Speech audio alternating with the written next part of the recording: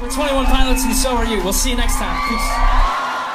All right, so I'm here with one of my favorite bands, 21 Pilots. And I got to do an interview with you guys like a year ago, and my buddy just showed me Car Radio. I knew nothing about you. And my first instinct, I was like, what is this? What is this sound? And now I can honestly say I haven't looped an album as much as I have Vessel since Enema of the State when I was 12. Wow. So you guys, your music has spoke to me, so thank you for that. So what has inspired this sound? I've been telling everybody, my friends, I got like 15 people coming out tonight. Your sound is so different, and I really feel like you guys can pave the way for a lot of new musicians, and like, it's a totally new sound. So what inspired this new sound of, you're mixing up a lot of genres? I think that when we started playing locally, really, it's very clicky. There's a lot of scenes. There's like the hardcore scene, there's the hip hop scene, there's the punk pop scene. There's all kinds of different scenes, and right away we never really knew where to fit in, and we played all kinds of different bills with all kinds of different bands, and I think that excited us. There's playing a hardcore bill in front of a bunch of hardcore fans is a completely different feeling than doing a hip hop show, and that gave us a sense of excitement. And I think not only did we like that, but we also didn't know any better, really. And when you really look at just the facts, we come from a generation of people, of kids that have the ability to get their hands on every type of music, with just the internet and obviously streaming music. And nowadays, you ask someone, what are you listening to? They'll more likely tell you the type of playlist they're listening to rather than a particular artist. And so we just kind of thought that was okay to create something that fit into a playlist instead of fitting into a specific genre. Now, was it ever like trying, like, okay, I want to mix rap, pop, EDM, punk into one? Was it just a natural thing? Because now, like, when I brought my ukulele here, I'm also a musician, and I was like a pop punk musician for quite some time, and then there was 21 Pilots. And when I say that you guys are gonna change music, you really are. Was it organic with you, or did you have to like try for this sound? I think it was absolutely organic, because we just didn't know any better. There was no one was telling us whether or not that was okay or not. It was literally, I wish I heard a song like this. I wish there was a song out there that did this, and I haven't really heard it do that before, and I want to hear that, and so let's make it. I think you'd be surprised how many bands out there, they don't even listen to their style of music. They enjoy a different style and then end up playing and writing different music, and that disconnect always blew my mind. We truly enjoy playing the songs that we create. So, and I gotta ask, you have your lyrics, they're very deep, very moving. What is a kitchen sink to you? Ooh, because a kitchen sink to you is not a kitchen sink to me. Okay, so there's a lyric called, a kitchen sink to you is not a kitchen sink to me. Because I listened to that like 40 times, and I was like, what the f is a kitchen sink to him? Is this symbolic? Like, what? Do you store things in there? Yeah. So, okay, well, the way that I like to explain that, okay. So, okay, let me... Kitchen sink. Okay, here we go. Ready? Okay. It's kind of hard to wrap my... I didn't even think that you would want to talk about that. Well, nope, it's ambiguous. No, That's it. Get ready. It actually is. Dude, I'm sorry. Okay. So I think that one of the hardest things for people to understand is their purpose. Right. And in your darkest hour, sometimes you're trying to decide whether or not, like, what's the point? Why am I even here? What am I supposed to do with myself? And something that has really helped me is the beginning of purpose for me is creating something that only you understand.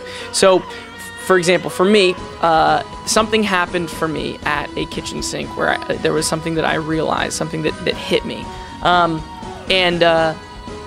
For me, that song Kitchen Sink and that reference means something to me.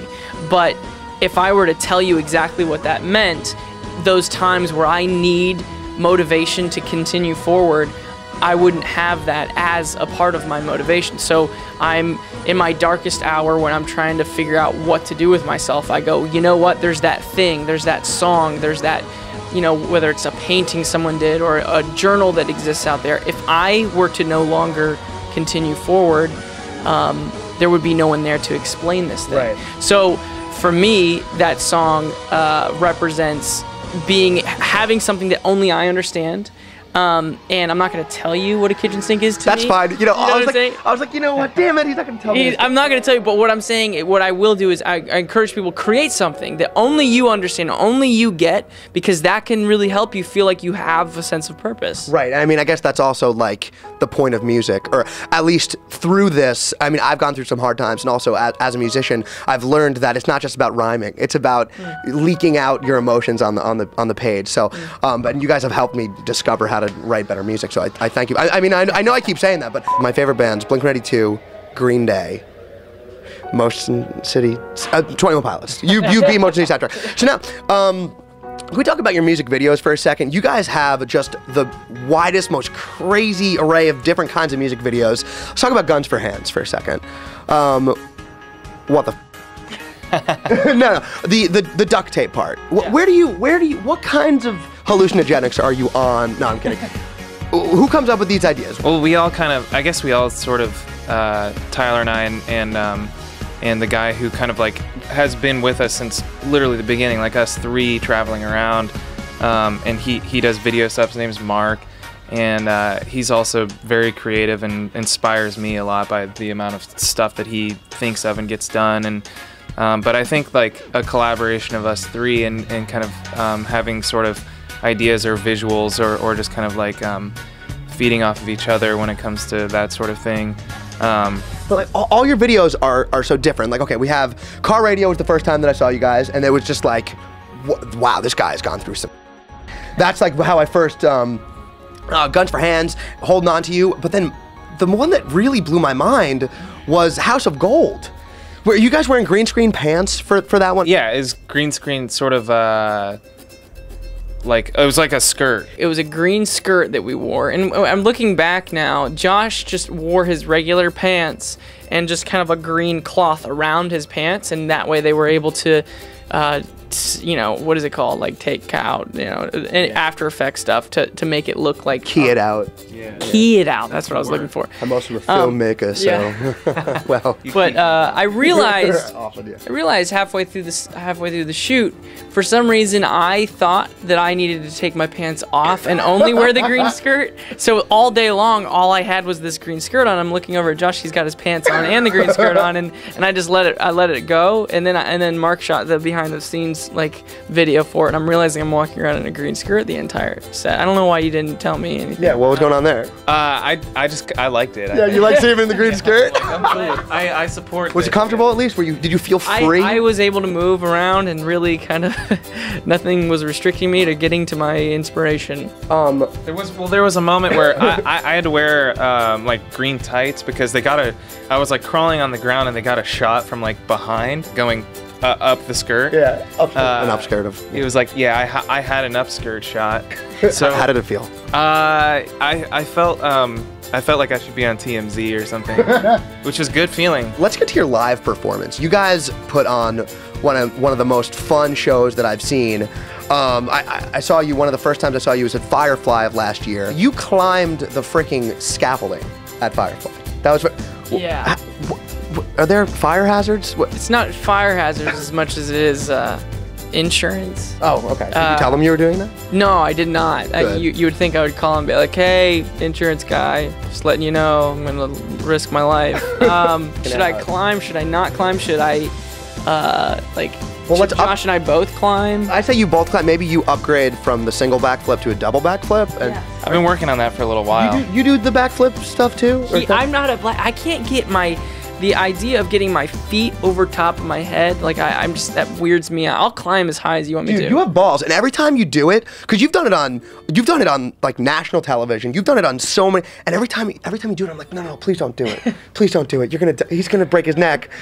Like, what? Did you grow up like doing like like aerobatics. I don't know what's the term. What's the term I'm looking for? Aerobics, acrobatics. Aerobatics. We can aerobatics. Yeah, you can fly with that. We're making up terms today. But did you grow up like with gymnastics and that kind of stuff? Like what? No. I guess I pushed the limits at the pool off the diving board. But no, it's literally after we started playing music, there was a time we were playing something. We had a lot of free time, and there was like a little stage it was in like a gymnasium, and they had the little mat. So he spotted me like 12 times as I like did it and worked up the courage. And then after I did it, we were like, let's do this during a show. And actually today, a friend of mine sent me like a video of a guy who like just graduated college or something, and he was like super pumped, so he like went for the backflip and landed on his face. And I was like, thanks for the encouragement, man. That's awesome. Do you do that? You do that every show for the most part, or you try to? Yeah, we've played some places with really low ceilings, so where like I'll just maybe roll off the piano or something. But I mean, you guys just you put so much out there. You really just, every single show that I've seen, you really just put it all on the line. Like you crowd surf as the drummer. I've never ever seen that in my life. You just trust the fans to hold your platform. I'm sure you have to have some big dudes under there helping. It's mostly the people in the front, and we try and scout it out and like make sure that there's not just like a tiny girl, 13-year-old girls only sitting right there. But I think one thing that we've both realized a lot is that I think a group of people, they want to be involved more than a lot of bands think that they want to be involved. But you have to, I think you have to approach it the right way, and you can't demand things. But if they're approached correctly and maybe asked correctly, then they'll want to be a part of it and want it to succeed too. And so I have yet to be dropped. Why don't you say that now? I know, during my interview. Is there wood? Where's there wood? Do we have wood? We're gonna knock everything. If I do fall, it's gonna be your fault. It's gonna be my fault, and I'm gonna make sure that I'm like spotting you tonight, like when I'm down there, so it will be. So you guys played late night with Seth Meyers, and I noticed that you upgraded you were on Conan, I think, and you upgraded from mannequins to actual people. Yeah. So because the whole time that you were on Conan, I was waiting for those mannequins to move, and they never did. So is that so? As far as live TV goes, is it more nerve-wracking for you guys, like on a show like Seth Meyers, or like the MTV Awards that you did? What's the most fun that you have? What's the most nerve-wracking, if it is at all? The MTV Movie Awards that we did was definitely probably one of the most nerve-wracking things we've done. We could totally play it off like, yeah, it was just another thing that we did, but truly, there was a moment where I was setting up, I was getting ready, and the show was going on, and the way that they kind of do different stages is another stage is getting ready to perform their thing while something else is being presented or an award is being accepted or something. Right. And while we were setting up, I'm kind of in the middle of the theater, sitting at my piano waiting for our turn to happen, and just right across from me is Jonah Hill, like talking about some award or something. And as I was sitting there, I was looking at him, and we made eye contact for a moment while he was giving his spiel while he was talking, and I had this weird just fantasy of him totally calling me out on live television, and which freaked me out. Like he would just be like talking, and he saw me like, look at this guy over here like sitting at his piano. I wonder what's happening next. Anyway, so I just I put my head down like, please don't say anything about me. You just have to put your head down. Don't be Jonah Hill right now, Jonah. But we're tight now. Oh yeah. Well, you didn't do that. Luckily, no, yeah. So you guys killed it at the MTV Awards. I was actually texting with your record rep. I think he was in the bathroom during the live performance. He DVR'd it though. We made sure that he watched it. Yeah. And he's not standing right there or anything. Gonna give me shit for that after. Two more things, and I'll let you guys go. I know you gotta prepare. Let's talk about the blue hair for a second. I've been wanting to do this I wanted to do purple hair for a while. I did a bleach mohawk once. Nice. And do you get? I mean, for me, when I would walk into 7-Eleven, the looks that I would get, like, look at this delinquent. Are you treated differently for people who say don't know you from 21 Pilots? Yeah, no, that's a really good question. That's always something that I sort of feared, but at the same time wanted. Oh yeah. And I'm gonna be honest with you. A lot of it, I just recently pierced my nose. I don't know. I guess it's sometimes I feel like I'm just naturally too nice of a person, so I want to cover up. Oh, okay, got it. I don't want people thinking like they can like realize it later, but I don't want them thinking right off the bat like, oh, this is some nice guy. A squeaky clean dude. Yeah, so I want to look a little bit more throw like the blue in there, you do the gauges, you got this. I mean, maybe we could do like a face tattoo or something. If he didn't have the blue hair, the gauges in the nose thing, like people would look at him and be like, oh, this is totally a guy I could take advantage of. And then let's talk. Oh wait, one more Sorry. thing. No. That's like, You guys can take advantage of me, but You gotta tell them that. Don't take it. no, don't. There's a couple rumors that I just want to squash right here. I mean, maybe they're true. Oh no. yeah. Who's dating Drew Barrymore? No. You played college baseball? Is that something that I heard? No, it was basketball. You play? I didn't play college basketball. I was recruited to play college basketball. Why did I think baseball? Because it starts with a B. Yeah. Both sports. Ball. Yeah, But you ball and were balls. recruited to play college basketball. What position did you play? Point guard? Well, it definitely wasn't center. Let's just put it that way. But so you chose music over sports, but you were recruited to play college basketball. Yeah, no, it was definitely a part of the plan for, especially in my family, where they're a big basketball family, and that's all they do and think and breathe. And after high school, I said, I think I want to try this music thing, and they kind of looked at me like, what does that even mean? Right. And I looked at them and said, I have no idea what that means. I thought I was going to go to school to try to do music or something, and that's just not how it panned out for me, because you need money to go to school, actually. So I ended up just living in my parents' basement, writing music, and those were like the tough times in my life where I thought maybe I totally made the wrong decision, and that's where I learned how to say something in a song, and I'm appreciative of that moment in my life where I was completely pointless for a while. So, well, my man, I could just say that from somebody who recently moved out of his parents' basement, I've been writing these songs on this baby piano. You have really inspired me just to be my own artist and to write my own songs. So your music has really spoken to me and got me through some really times. So I appreciate that. And then the last rumor that I got to squash here, last of two, we were hanging out at Panic at the Disco, and they said that you guys do not party or drink on tour. Is that a rumor? Wait, did they say that in like a negative way? Like, what? How did? He said, I was like, I think it was because you guys were on tour with Fall Out Boy and Panic at the Disco, right? Yeah. And he was like drinking a beer. He was like, I'm so hungover, like, I need a beer. Yeah, that's gonna happen.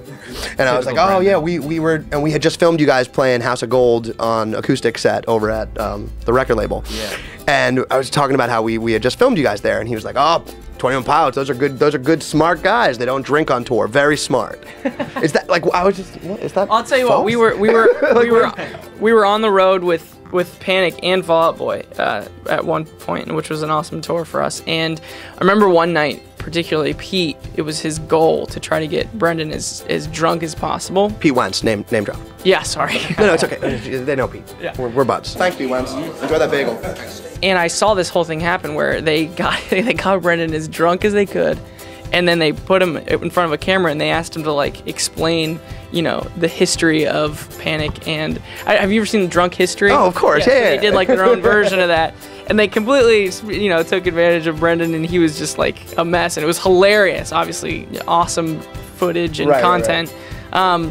And I just don't want that to happen to me. No. Like, I have a kind of an addictive personality, and I feel myself like there's an app on my phone called Yahtzee, which is a game that's lived forever, and I love playing Yahtzee. And the app's actually called Yahtzee Addict. Like, it's actually called that. Great. And I'm like totally all about it. And I feel myself, obviously it's not horribly bad for me, and I try to contain it as much as I can, but I feel myself not having control sometimes. And I don't think it's just me. I think everybody to an extent has that thing that they can't control. And so I just fear for myself. I just don't want to. I don't want to see how I would react to it. Let's keep it that you're addicted to Yahtzee Addict on your iPhone. Yahtzee and meth, so it's fine. All right, so, and new music. What's going on? Not that I'm sick of Vessel. I will listen to it over and over and over and over, and look at your grandpas. They're such beautiful grandpas that you have. But new music. Phil, your record rep, told me he was sending like a package of music. I was like, new 21 Pilots tunes, and then it was Vessel, and I was like, but I already have Vessel, Phil. So what's going on with the new songs? What are we doing here? Yeah, well, just creating ideas at the moment. There's the kind of like, well, we're in a bus now. That's different from last time we saw you, which for us, as you know, maybe not for everybody, but for musicians, that's kind of like, oh my gosh. So we're on a bus. Yeah, we. Is your name on the bus? No way. Well, no, because then people are just gonna be like, we don't want to do that. That's. Well, I mean, think of Beyonce does that. There's a lot of phone numbers on the bus, though. People go up and like write their phone number in the dirt. Oh. Like, and I'm trying to think, if they're doing that all the time, it had to have worked once somewhere. Like someone like is just walking back to their bus and like, oh, new contact. Let me try that one later when I'm bored. And so you're writing music on the bus? Yeah, so we have kind of like what Josh was saying. We kind of have like a mini studio type thing on the back of our bus. Okay. And the ideas that we have while being on the road and being inspired by live audiences, we have a place to kind of get those things down. We're really excited about getting some new stuff. Yeah, I'm really excited about your new ideas too, and I would love to get now. It's kind of out of tune, a little bit out of tune. But it'll be a great song. Oh, let's do it. No. Damn it, I was this close, guys. I was this close. 21 Pilots, always a privilege hanging out with you guys. Thank you so much. It was a lot of fun. Appreciate it. Can you sign my ukulele for me? Yeah, please? I can do that. Yes, that's fantastic.